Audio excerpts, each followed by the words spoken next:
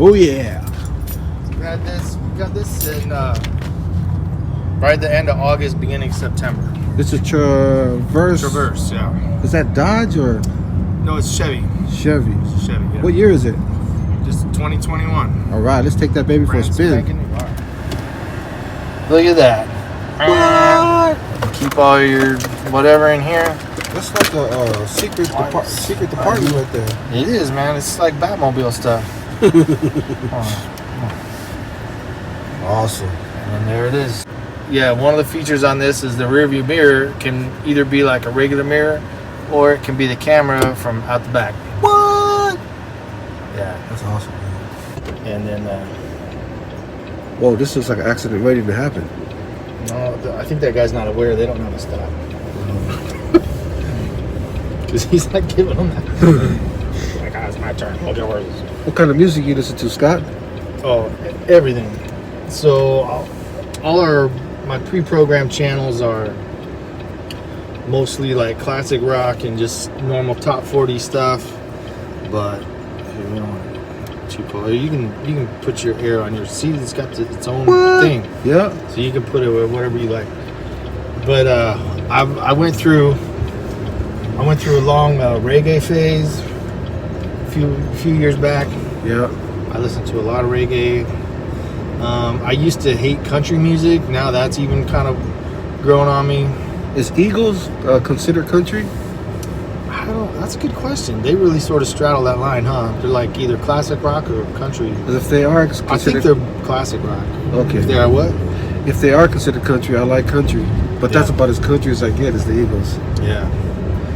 Yeah, I got converted because like several years ago I was a security guard doing a graveyard shift way out in the middle of the desert, and only 2 radio stations came in out there, and one of them was this super boring talk radio station where they would talk about like I don't know if you've ever heard of George Norrie. He's more like a tabloid guy that talks about alien abductions and all kinds of crazy stuff. Or the other station was country. Yeah. And I didn't want to hear about alien abductions, so I just had it on the country station just to keep me awake. And then finally, I remember one night after like 3 or 4 songs in a row that I liked, I was like, oh my gosh, I think I'm gonna have to admit to myself that I'm starting to like this. So I like that. I like everything. So we could listen to some music? Yeah, let's put it on.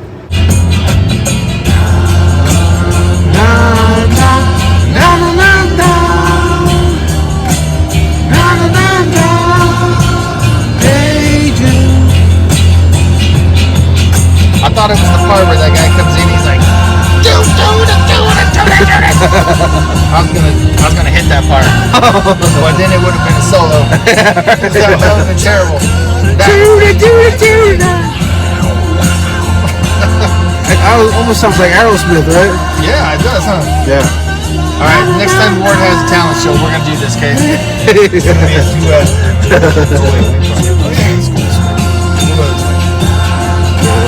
Na na na na, na na na na. Hey Jude.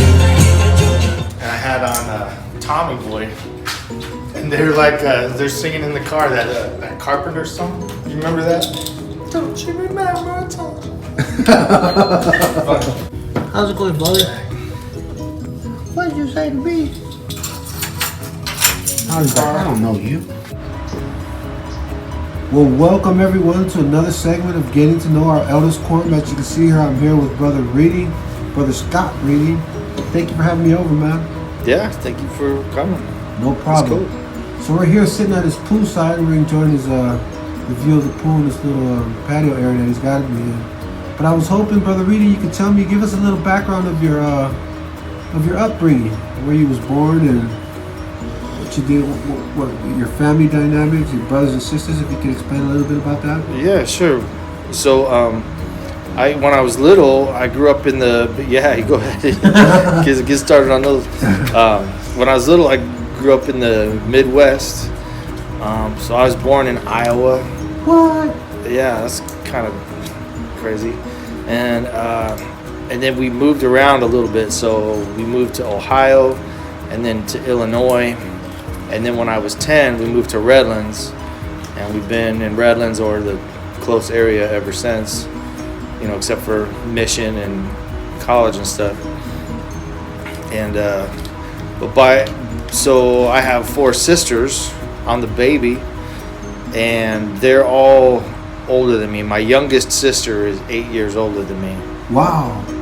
Yeah, and so but when we moved here, she was like 18 and just moved out to go to BYU. So by the time we came here, it was more like I was almost an only child, kind of, you know, at home.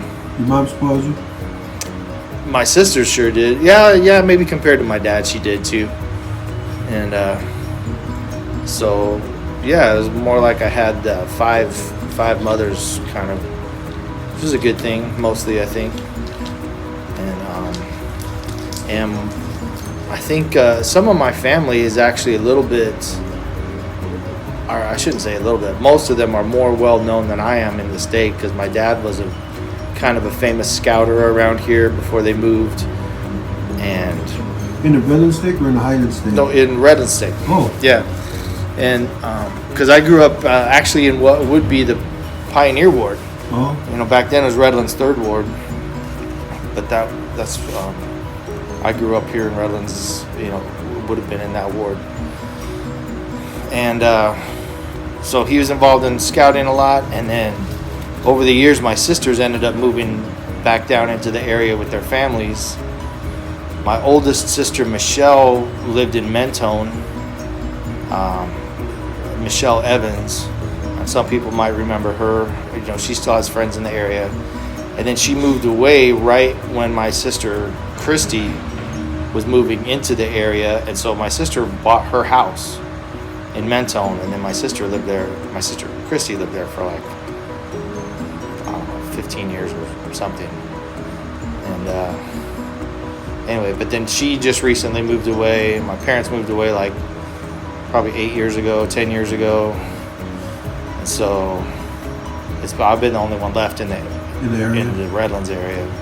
So you mentioned your dad was a scouter. You're serving young men's right now. Yeah. There's got to be a story when you were younger as a scout that stands out to you more than any other story. You got a story like that, Scott? Yeah. I remember on one of our first campouts, there was a guy. We had a big group at that time, so there was like 13 boys that were my age, and it was really fun. We were able to kind of facilitated more activities. It was a lot of fun. And we went on this camp out to Camp Hunt, which doesn't exist anymore, in like Yucaipa and kind of outskirts of Yucaipa. But this guy in our ward, one of the other dads, we came to find out was like this world-class snorer. He snored so loud. Oh, no. Like never in my life have I heard anybody snore like that. You said world class? World class. This guy is amazing. And so we decided, because we got there a little bit late on this camp out, we decided to just sleep under the stars. We just laid our tent out. We didn't put any of the poles in it. Just put our sleeping bags on top of the flat tent. And so in the middle of the night, and we had been talking about bears the night before. The guy that took care of the campground told us that they had seen some bear scat in the area recently, and so just keep an eye out a little bit. And man, in the middle of the night, I heard this snorting and grunting. I thought there was a bear in camp, and I mean, like, I really thought there was a bear in camp, and I became just terrified. And I don't know if you remember from like Scooby-Doo cartoons where their teeth chatter. I had that. My teeth were, I've never been so scared. I thought we were about to all be devoured by this bear. And we came to find out later it was this guy snoring. What was the dude's name? Dean Green. A lot of people remember him too. He's kind of a famous guy in the state. They moved away years ago, but he was one of the vice principals at Redlands High School. Oh. Great guy. Just snores loud. Just snored like a beast. And yeah, that was a terrifying camp out. Thank you for sharing that, Scott. I think you also mentioned your mission, right?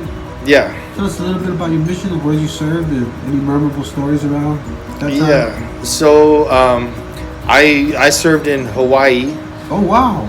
back in from 93 to 95.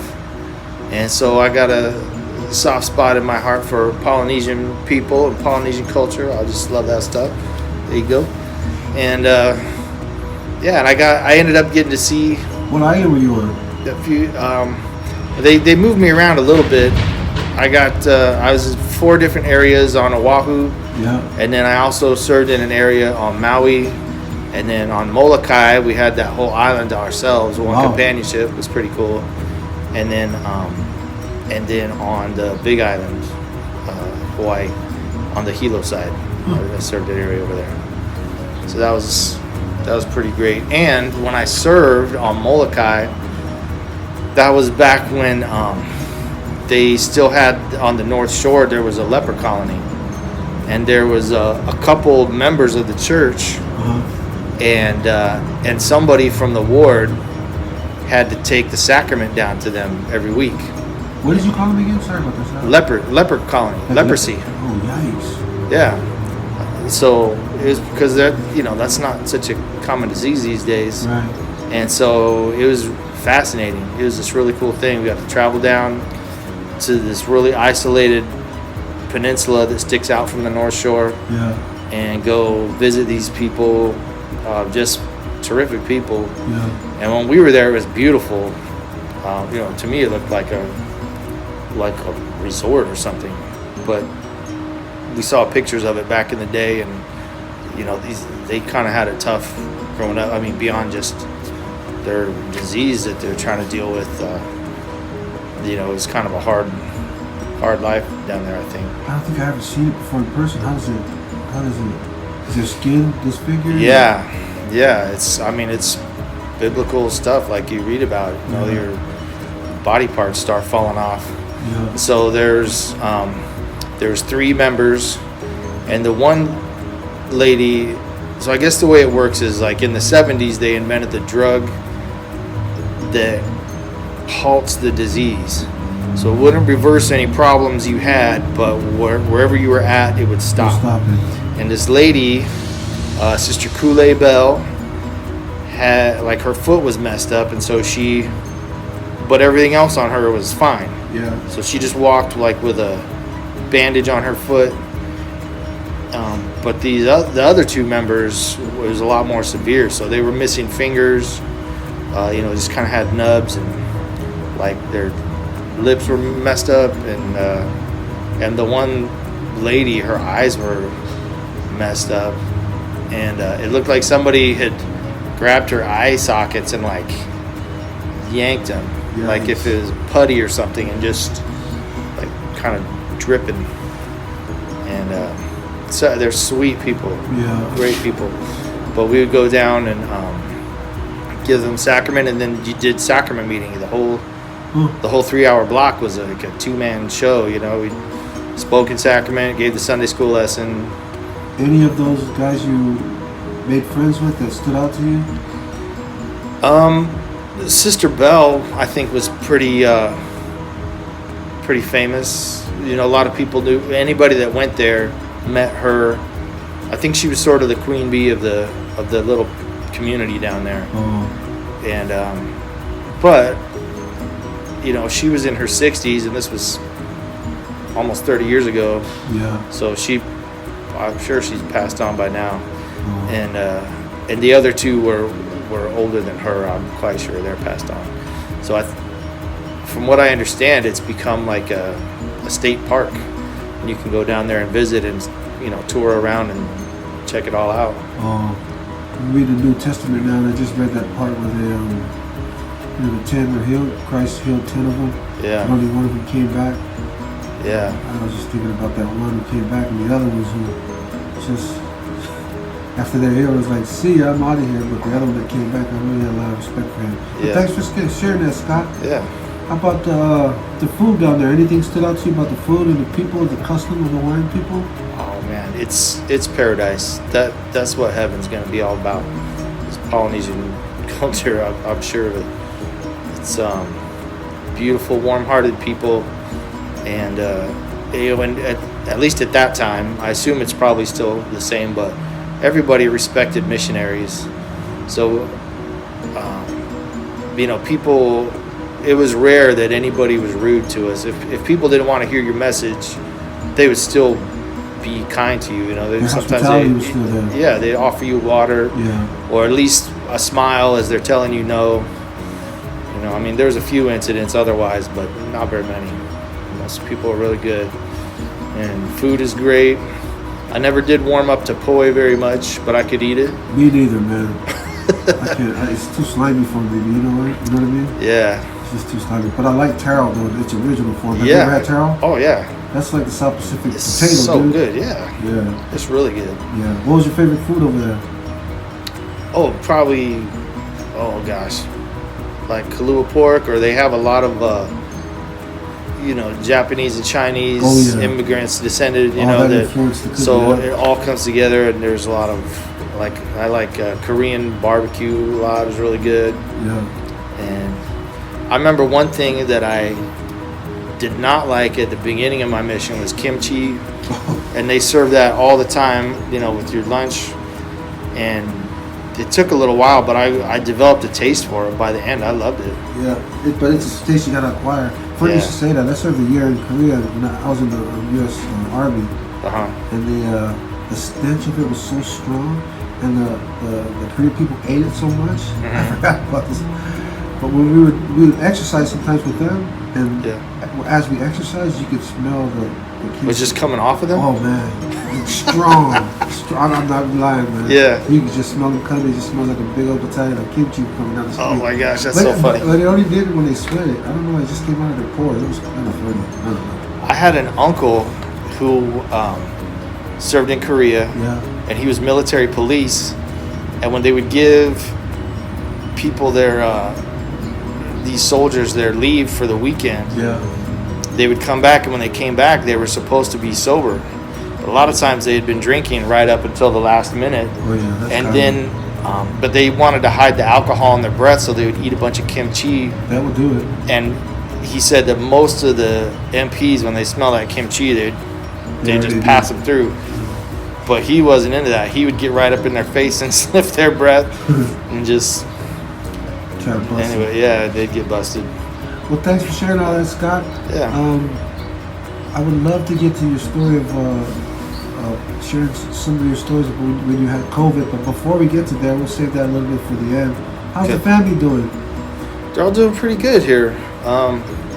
Spencer's doing real well in high school, so that's been really good. We've been really happy with that. He's wrestling, and academically he's doing well. Good.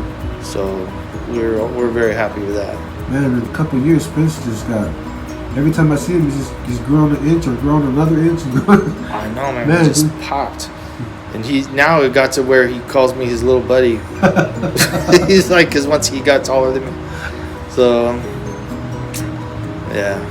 But, and our daughter's doing well these days. Most people haven't met her. She lives in Riverside.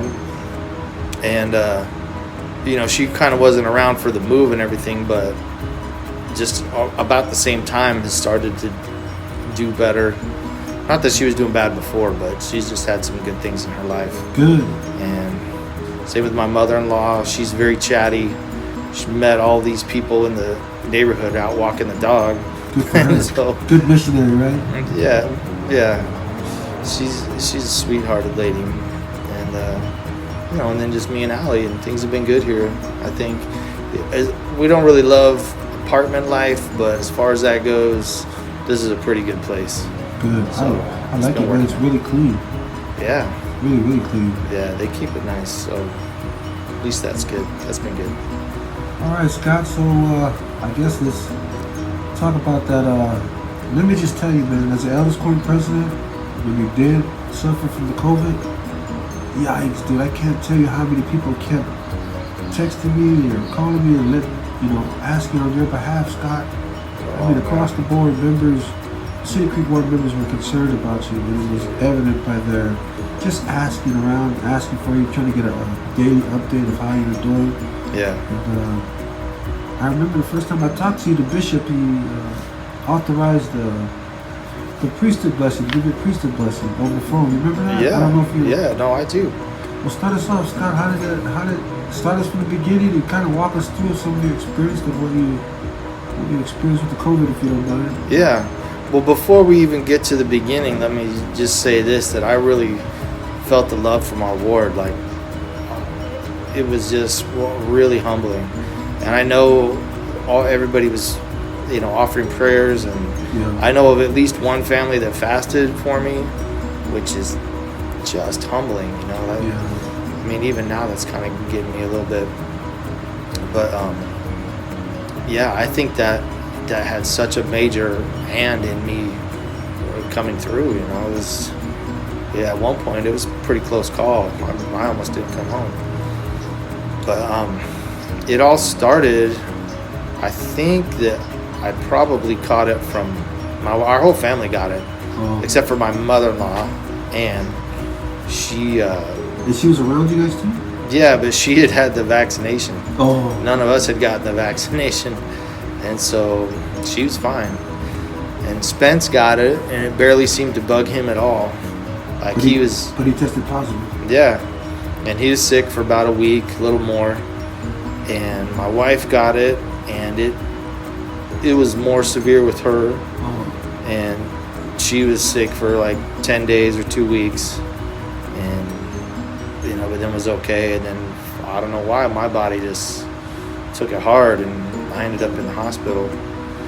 But when I got it, though, I first started noticing the symptoms while I was at work, and I got that like reflex cough where I just couldn't stop coughing, real shallow cough. And the crew, I had recently been moved to a different crew at work, and it was a 2-person crew. It was just me and this other guy. Yeah. And this poor guy riding around in the truck with him, and ended up getting him sick and his whole family. I felt really bad. Oh, he got sick from you? Yeah. But they all pulled through it pretty well. It wasn't that severe with them. And anyway, so we went to the hospital, went to Redlands Hospital, and actually didn't really have a very good experience. That was kind of a whole different story, but we left there after a few hours, came home, and then after another day or two, I just was a mess, and Allie, she suggested that, we probably should take you to the hospital. I didn't fight her on it. I was like, yeah, probably right. So we went, and they admitted me, and then things just kept getting worse. And it was funny. I didn't, I felt really tired and a little congested, but other than that, I didn't really feel so bad, other than just being like weak. I just had no strength, and so. Wait, but back up though, Scott. Yeah. So you said though, if you didn't feel that bad, normally dudes are terrible about going into the hospital, man. Like they're stubborn. Well, maybe I shouldn't put it that way. When we left to go in there, I did feel pretty bad. Okay. Just, yeah. And then once we got there, then they got me on oxygen and stuff. Then you started feeling. I was kind of feeling better, or at least relief from that symptom. Yeah. And so, but they kept, the nurses were so concerned. They're like, your oxygen levels are terrible. And I was like, well, to me it was just a number. It didn't really mean anything. And I took their word for it, but the only thing I knew is I was tired a lot and I had no strength. And so if I, just even go to the bathroom was like kind of an ordeal. I had to disconnect stuff, and one of the lingering symptoms that I've had is it's messed up my sense of balance a little bit. Oh, I really tell you. And so I'd have to steady myself as I just went 10 feet to the restroom and that kind of stuff. So, and then they told me later after the fact, how close I was, but while I was in there, you know, they don't want to discourage you, so they don't let on how bad things might be. So that I really appreciated that. That was a good call on their part. You were on a respirator? Yeah, I was on like a normal respirator, and then that wasn't enough, so they put me on the high flow oxygen, and then they had that turned up as high as it goes, and they said after that they intubate you and put you on what I think maybe then it is the respirator. I don't know all the medical terminology. But they intubate you and put you on something else, and then if they have to do that, your chances are not so good. So I was really kind of on the cusp of having to do that, because the high flow was as high as it would go. It was like up to 60, and the normal oxygen I think is like 5 or 6. And anyway, but the staff was all really good. This is when I went to the hospital, we drove out to my wife's work. We went to San Antonio Regional Hospital, and that was really good. So I ended up being there for 2 weeks, and boring, so boring. I watched a million YouTube videos and just laid there. That's all I could do. Could you feel yourself once you started to recover? You feel the difference and feel your health come back and all that? Not too much. I mean, like mostly it was just numbers. You know, they were telling me, "Oh, your numbers are looking better," and they were able to turn the oxygen down, and then turn it down again a little more, and got it down to where it was like off the high flow and back to the normal oxygen, and then started turning that down too. So when I came home, they sent me home with oxygen, and when I came home, I think I was at like what was I at? Maybe a 5. It goes to 6. I was at a 5, and was able to come down to like a 2. And from there, you pretty much are just done with it, you know. But I left it on the 2 for a couple of weeks. But yeah, it was, you know, and then my wife kind of let on too how scared she was. I mean, after the fact, you know, she didn't tell me during. You probably can see it in her eyes though, no? Yeah, sometimes. And then since the numbers are sort of meaningless to me that all the nurses are talking about, I kept thinking it was, you know, just because she loves me and an overabundance of concern and all that, and so I didn't put much into it. But you know, after the fact, they told me, and I was like, oh.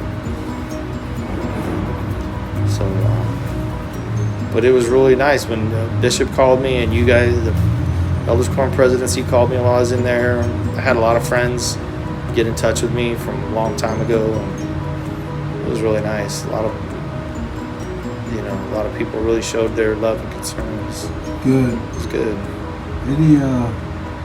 Was there any time during that ordeal that you, I don't know, I imagine you had a good talk with God? Yeah. There was at one point where I guess I started to really just sort of see it in the nurses' faces a little bit when they tell me about the numbers, and I was like, you know, maybe this is worse than I realize, and I really started to think about my life, things that I had done, things that I still wanted to do, you know, and I started to think about, well, if I pass, what should my wife do with the insurance money and all that kind of stuff.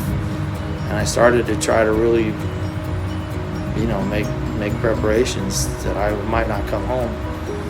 And that was a neat experience, to really try to focus on things that are important. You know,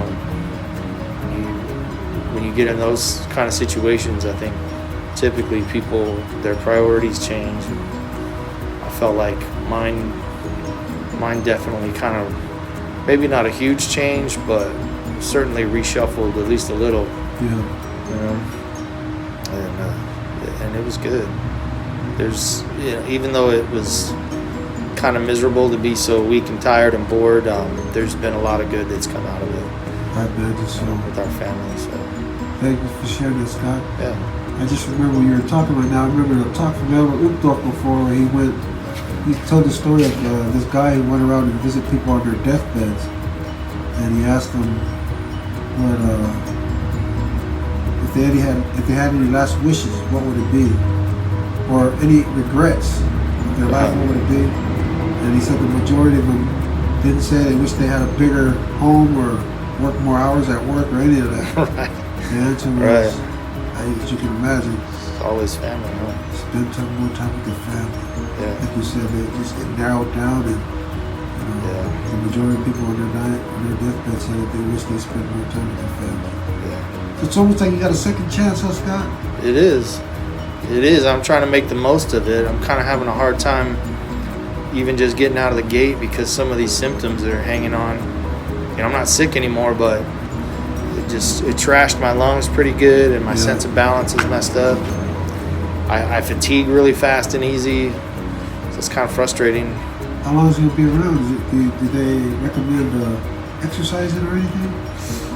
No, I had an appointment with one of the specialists today, and he said some light exercise, just like 15 minutes of walking maybe. And so I'm going to start doing that. But you know, that's as of today, and I have appointments with. That was the pulmonologist, and I'm supposed to go back and see a cardiologist and a neurologist because I get two. Like the other day, I had a test. Yeah. I think I told you this story where I passed out in the middle of the test. Yeah. And that wasn't so good. You know, where they had me strapped into a table. It's called a tilt table test. Yeah. And they put that little spritz of nitro under my tongue, and I ended up getting really, really spotty. And you know, I don't know if you've ever passed out, but everything goes quiet. You can't hear, and then and I just collapsed into the straps that they had me strapped in with. And then next thing I know, I'm on my back, and there's a guy like kind of in my face, waking me up, and just like in the movies. yeah. And actually, even that was terrifying because I didn't know where I was or what was going on. How long ago was this? This is about 10 days ago, I'm guessing. Man, so you're not out of the woods just yet. Yeah, I mean, I think as far as like, you know, life or death is concerned, I pretty much am. Yeah. But as far as getting back to work, you know, we got to get a better handle on some of these symptoms Yeah. before I can do that. So we'll just see. I think it's actually more just a matter of time. You know, and the doctor today was talking about giving me more time, but he thought sort of the final test, or what he hoped would be like the final test, might be in March. Oh. And you know, I would have recovered by then, and that was more just to get the final numbers or whatever. Just to see where you're at. Yeah. Man, I appreciate it, Scott, man. Thank you for sharing all that information and being so open with us. Yeah, absolutely. I'm sure the ward members will continue to pray for you, right? Yeah, it'd be wonderful if they did. I Anything for appreciate- you, BK? I appreciate the Reese's Peanut Butter Cups, my brother. Oh yeah, anytime. Thank you, Scott. Yeah, absolutely, absolutely. Na na na na, na na na na. Thank you. Man, I appreciate it, Scott. Right on, man. Bam. And that, folks, is the end of our video. See ya.